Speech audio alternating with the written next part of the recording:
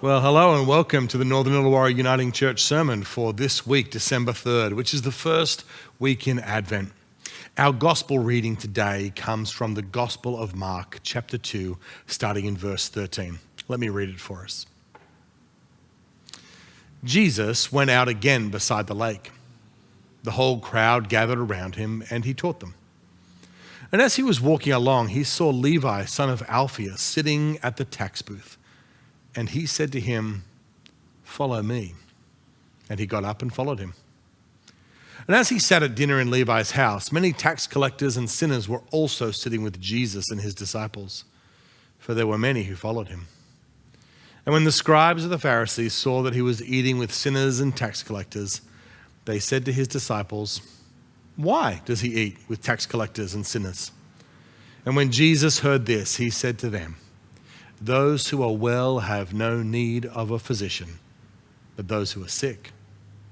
I have come to call not the righteous, but sinners." The word of the Lord. Well, happy Advent, everybody. Advent doesn't quite have the same ring as Happy Christmas, but Advent is this wonderful season in the life of the church, the 4 weeks leading up to Christmas in preparation for the coming of the Christ child. In some ways, it might be more accurate to say Happy New Year this Sunday, because the church calendar, the calendar that the church throughout the last 1,000 years has followed, the first Sunday of Advent is actually the first Sunday of a new year. Some of you didn't even know there was a church calendar different to the regular, normal calendar. And some Christians take Advent very, very seriously. And if you're a very, very strict Christian, as some I've known, you're not supposed to even sing Christmas carols before Christmas.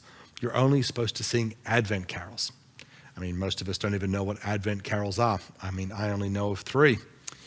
So Advent is this wonderful season, and some Christians take it very seriously. But it's not true for most of us, even those of us who are a part of a church. For most of us, church rules don't really have much sway in our world. Christmas music doesn't care about Advent or Christmas rules. Christmas music shows up in the malls in November, and it comes thick and fast in all kinds of forms. Christmas music does not follow any rules anymore.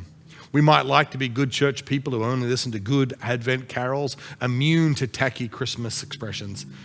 But if you're anything like me, we all have our weaknesses when it comes to gaudy Christmas music. One of my Christmas weaknesses is the Christmas hit from 1978 by Boney M. Yes, the funkadelic disco reggae band, Boney M.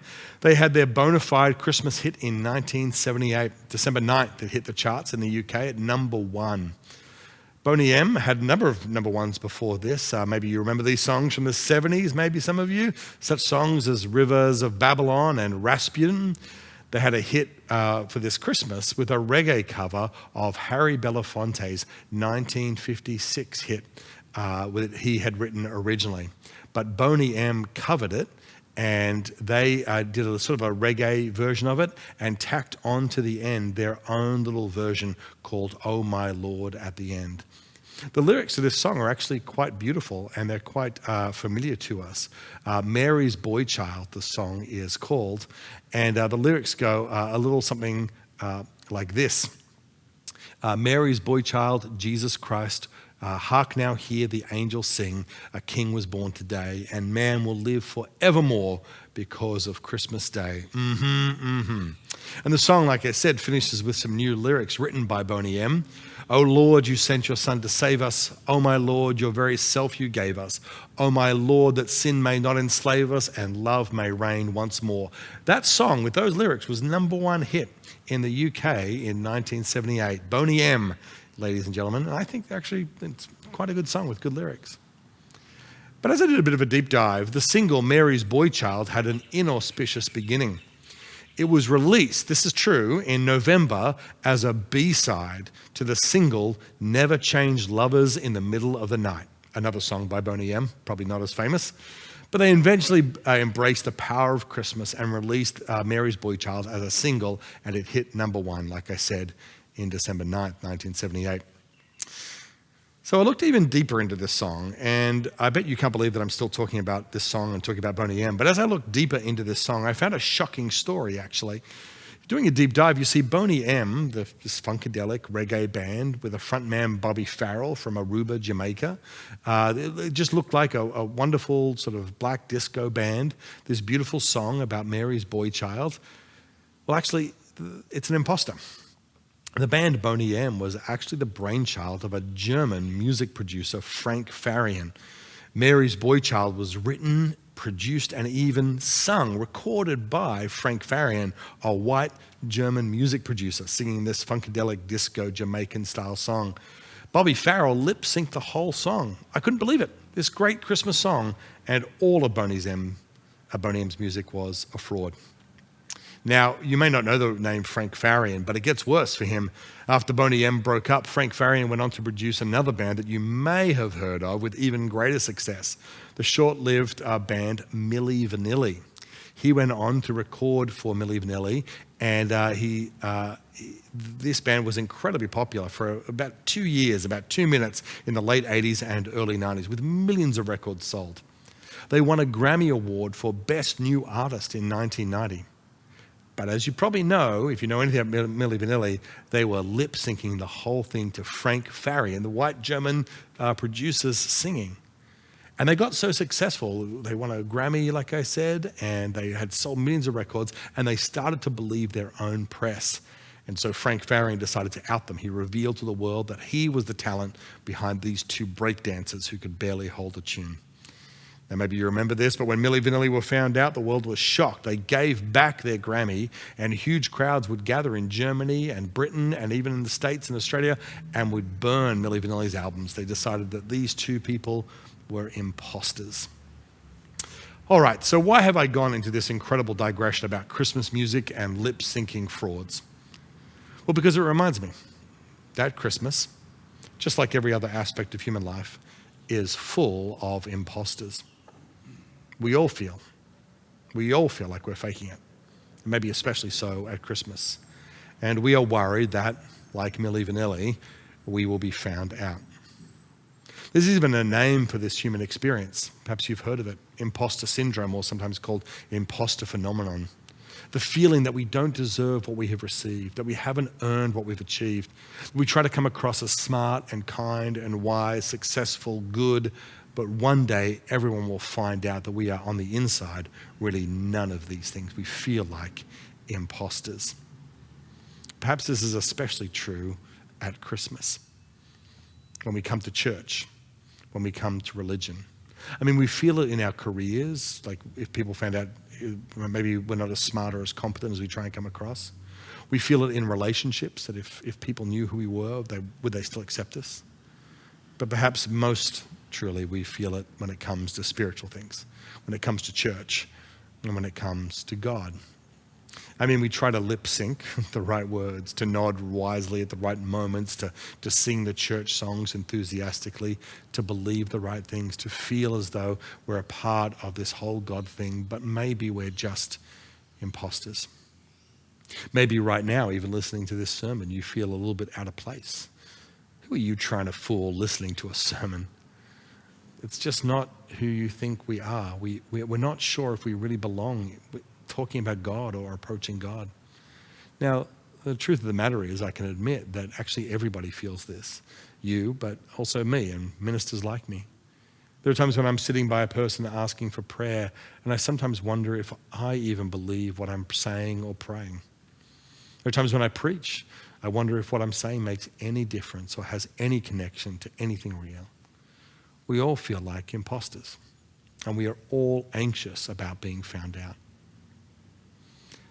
So actually, this is the reason why the church doesn't jump straight to Christmas, but talks about Advent. We remember Advent because we don't just want to celebrate the joy of Christmas. We want to, and we will get there, but we want to stop beforehand and examine the human condition. The human condition, which is the reason for Christmas. You see, if Christmas is the cure, then we only understand it when we understand our own condition, our sickness. We don't just celebrate the coming of Jesus. We want to look at why he came. And the good news is that in the Gospels, the stories of Jesus' life, like the Gospel reading we had this morning, we read specifically why Jesus tells us he came. Jesus didn't come to bring Christmas cheer or good feelings or even general principles of joy or peace. Today, in the story that we read, we see Jesus who has arrived on the scene. He comes to call us, to call not the righteous but sinners. Jesus didn't come to call the healthy but to heal the sick. Jesus came to call imposters, to see through our pretense and our posturing and to accept us, to call us, you and me. The story of Levi, the son of Alphaeus, illustrates this so well. Jesus calls a man named Levi to follow him and to become one of his disciples or one of his students. And Levi does so. Eventually, Levi, you may not know this, becomes known as Matthew, as in the Gospel of Matthew. As in a man who records and shares the Sermon on the Mount, Levi, or Matthew as he'll become to be known, becomes one of the most remarkable servants of God in history. But he doesn't start there. When Jesus meets him, Levi is a tax collector. That means that he was a true imposter, a Jewish man, a part of God's people, but he had given up that identity. He had taken up a job serving Rome, the occupying power. He collected military levies from his own people and paid them to the occupying power. On top of that, he skimmed money from the top for his own pleasure and benefit. Levi had given into greed and a desire for power, and in doing so, he had kind of exposed himself. He had shown everybody his true colors. He no longer even pretends to go faithfully to the synagogue or to the church in the time. He no longer pretends to be righteous or a good Jewish man. Jesus doesn't find Levi in a synagogue kneeling and praying. He finds Levi right where he works, at the tax booth. No pretense, in the midst of his regular life, being the regular, greedy, hungry for power person that he was. And more than that, did you notice in the story when Jesus calls Levi, he doesn't then go, okay, come with me, Levi. We're going to go straight to church or to synagogue. I want to start teaching you. Levi actually leads Jesus to his house. He doesn't ask Levi to become an imposter, to put on a mask or to put on a costume, to pretend to be something that he's not yet. He follows Levi to his house, to his own community, to meet him where he really lives. In the very next verse, we read that somehow Jesus has just come to Levi's house, partying with Levi's friends, tax collectors, and other shady characters. Friends, this is so different how we do it in the religious community so often. We would ask Levi to at least pretend to be a better person, to look as though he had made a change. But Jesus takes his time. He goes to Levi. He spends time with him. He doesn't give new rules. He sits down to dinner. The judgment, the expectation is all on the back burner. In fact, this becomes an issue for the people around Jesus, even his own disciples. They look around at what Jesus is doing, at who he's hanging out with. Why does he eat with tax collectors and sinners, they say? Why does Jesus hang out with those who have exposed themselves, have proven themselves to be sinners? Jesus, back then and today, tells us why he came. He tells us about his advent, his coming.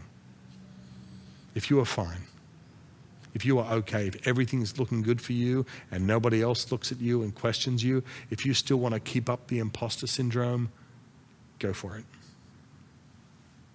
But if you are sick, if you have need, Jesus came for you, to heal you. Not because you're religious or good or you've got it all together, but because you don't.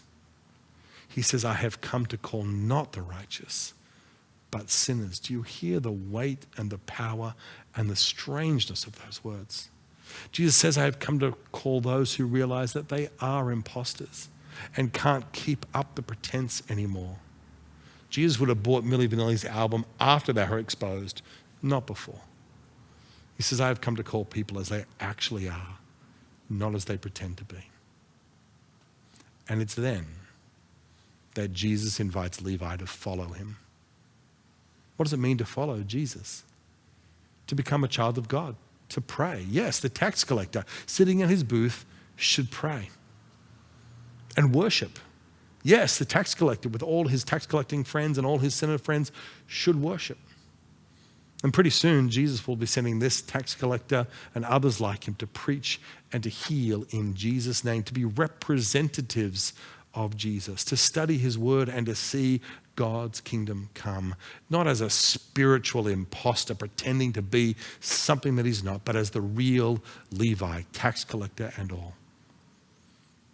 That means you and me as well. Jesus came to invite us to an honest and real relationship with the God who made us and to begin a journey to our truest identity. Although we've covered up our deepest identity that has never gone away as children of God. I know the story we read today about Jesus calling Levi doesn't sound like a Christmas story, but it is. Because just like Jesus by the Lake of Galilee calling Levi, at Christmas Jesus came out of the house of God and entered into the present world of taxes and terror and sin and met with us here at the tables we sit at with our friends and family. And he did not come to judge or destroy or to set up a religious structure that we will all pretend to fit into. He came to actually meet you and me and our friends as we actually are, and to heal us. And like with Levi, to invite us to follow him, to begin the long but certain journey of finding our true identity. Friends, the message of Christmas is that God has called you just as you are. On this Advent Sunday, we remember that Jesus has not come to those who pretend to be better than they are. Jesus has come to real people outside and even inside the church. Jesus has come to call me and you, not as imposters, but as ourselves. We do not get better in order to get God to accept us. We get better because God has already accepted us. So as Christmas begins, as Advent begins, as all the Christmas music starts to kick in and all the Christmas decorations are going up, it will be tempting to trade in a real encounter with God with a pretend show of godliness. Or maybe we can remember that Mary's boy child shared a B-side with that terrible song, Never Change Lovers in the Middle of the Night. And as we listen to that, we bring our real selves, humble ourselves, and follow him. In the name of the Father, and of the Son, and of the Holy Spirit. Amen.